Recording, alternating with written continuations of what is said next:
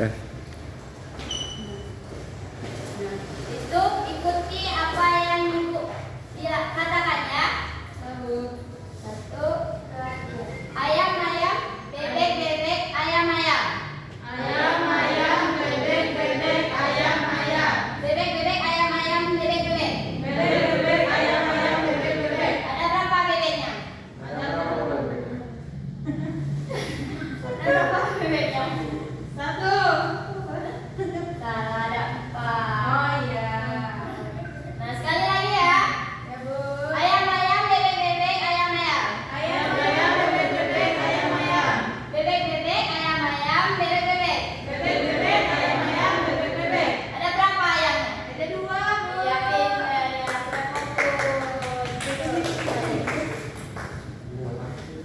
Duduk Bu. Duduk Bu. Duduk.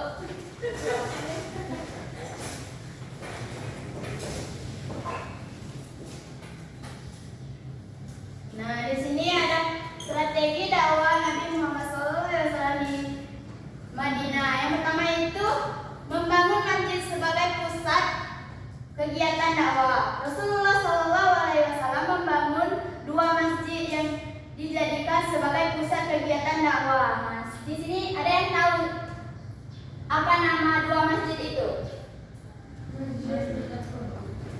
Ada yang tahu? Nah, yang pertama itu Masjid Kuba yang dibangun saat kedatangan pertama, yaitu Masjid Kuba ini pertama kali Nabi Muhammad SAW bangun di Madinah. Yang kedua yaitu Masjid Nabawi yang kemudian dijadikan untuk mendidik para sahabatnya dan mengatur pemerintah. Nah, selanjutnya yaitu melakukan perjanjian dengan kaum Yahudi Madinah.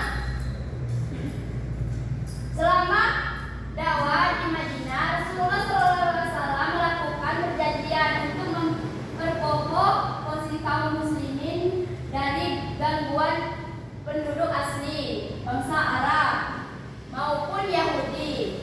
Di sini hal ini juga dilakukan tak lain untuk menjaga stabilitas di Madinah. Yang pertama itu orang-orang Islam dan Yahudi sebagai satu bangsa. Yang kedua, setiap golongan bebas memelihara kekayaan dan tidak boleh ikut campur tangan terhadap yang lain. Yang ketiga, selain membantu dalam menghadapi muslimin. Yang keempat, mempertahankan keamanan kota Madinah. Yang kelima, fungsinya kota Madinah harus dijaga kesuciannya. Yang terakhir, Nabi bertindak sebagai pemutus akhir berbagai perselisihan. Nah, di sini ada masjid. Yang ini tahu tak masjid apa yang ini? Yang ini? Masjid Nabawi. Ya, sudah tahu ya. Ya Bu. Nah, selanjutnya mempersatukan kaum muhajirin dan ansar. Di sini Rasulullah SAW juga mempersatukan dua kaum muslimin, yaitu muhajirin dan ansar. Rasulullah SAW mengajarkan untuk kedua kaum tersebut untuk saling menempuh persaudaraan dan melarang adanya sentimen kesukuan. Selanjutnya, Rasulullah SAW membangun ekonomi rakyat dengan mendirikan pasar. Nah, di sini Rasulullah membangunkan pasar juga di kota Madinah, yaitu Rasulullah SAW mendirikan pasar yang tidak jauh dari Masjid Nabawi untuk membangun perekonomian rakyat sekaligus sebagai sarana dakwahnya. Pasar ini dibangun untuk mendidik umat dalam mengatur roda perekonomian yang adil. Yang terakhir yaitu hikmah sejarah dakwah Rasulullah SAW di Madinah, yaitu terjadinya persaudaraan sebagaimana yang dilakukan oleh kaum muhajirin dan ansar dasar yang dapat memberikan rasa aman, tentram, serta memperkuat ukhuwah Islamnya. Yang kedua, sikap menjaga persatuan dan saling menghormati antara sesama pemeluk agama. Yang ketiga, memahami bahwa umat Islam harus berpegang pada aturan Allah Subhanahu wa taala. Yang terakhir,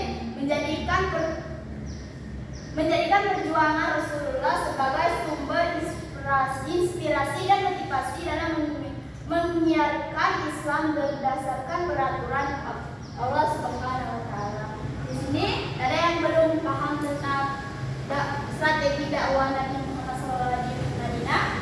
Paham belum? Nah, kalau paham, di sini kita akan memasuki permainan. Boleh minta 2 bangkunya?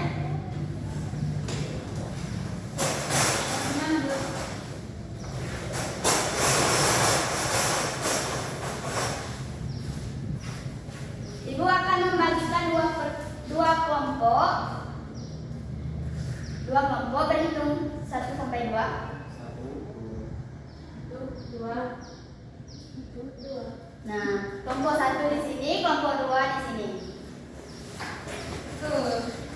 Permainannya nanti ibu akan membacakan soal, kalian akan menjawab benar atau salahnya. Kalau benar kalian pegang ini, kalau salah kalian pegang kursi ini. Nah, kalau benar nanti di sini, kalau yang kelompok 1, yang kelompok 2 di sini, kalau kalah kembali ke belakang lagi ya. Oke, Bu. Nah, pertanyaan yang pertama, apa peran Masjid Quba dalam sejarah awal dakwah Islam di Madinah? Yaitu tempat berkumpul kaum muslimin. Benar atau salah? Ya, benar. Di sini kalau benar. Kalau salah nanti balik ke belakang ya. Di sini posisinya. Yang kelompok 1 di sini, kelompok 2 di sini.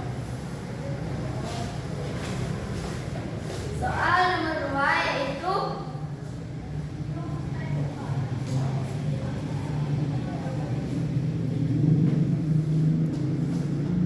apa dampak sosial dari persaudaraan antara kaum muhajirin dan kaum ansar, yaitu terciptanya kepameran. Benar apa salah? Yang mana sini? Jawabannya salah. Kembali ke belakang.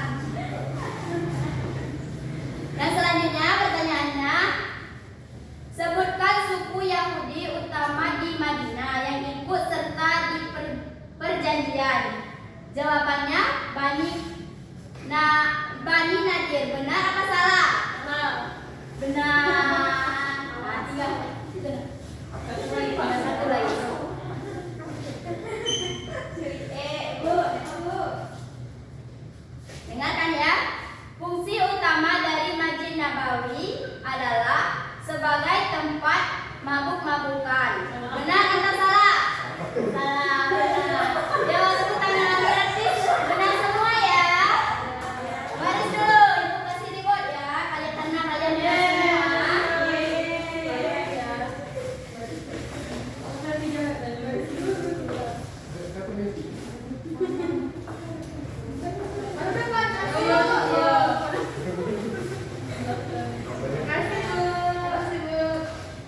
Ya, silakan dulu ya yang sudah.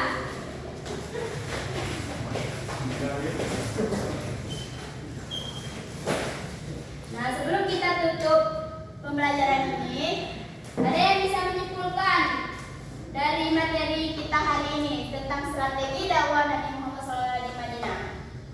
Belum. Nah, kepada Rizka, Yang pertama itu membangun masjid. Yang kedua itu melakukan perjanjian dengan kaum Yahudi di Madinah. Yang ketiga, mempersatukan kaum Muhajirin dan Ansor. Yang keempat, membangun ekonomi rakyat dengan kemandirian pasar. nah tepuk tangan dulu untuk Rizka.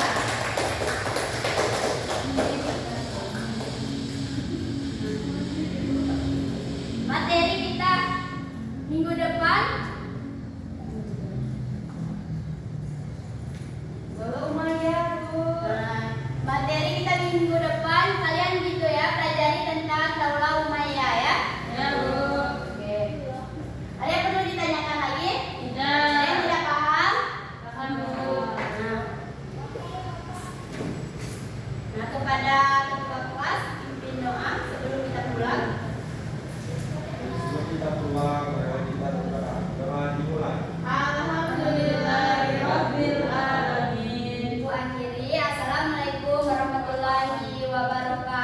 wabarakatuh.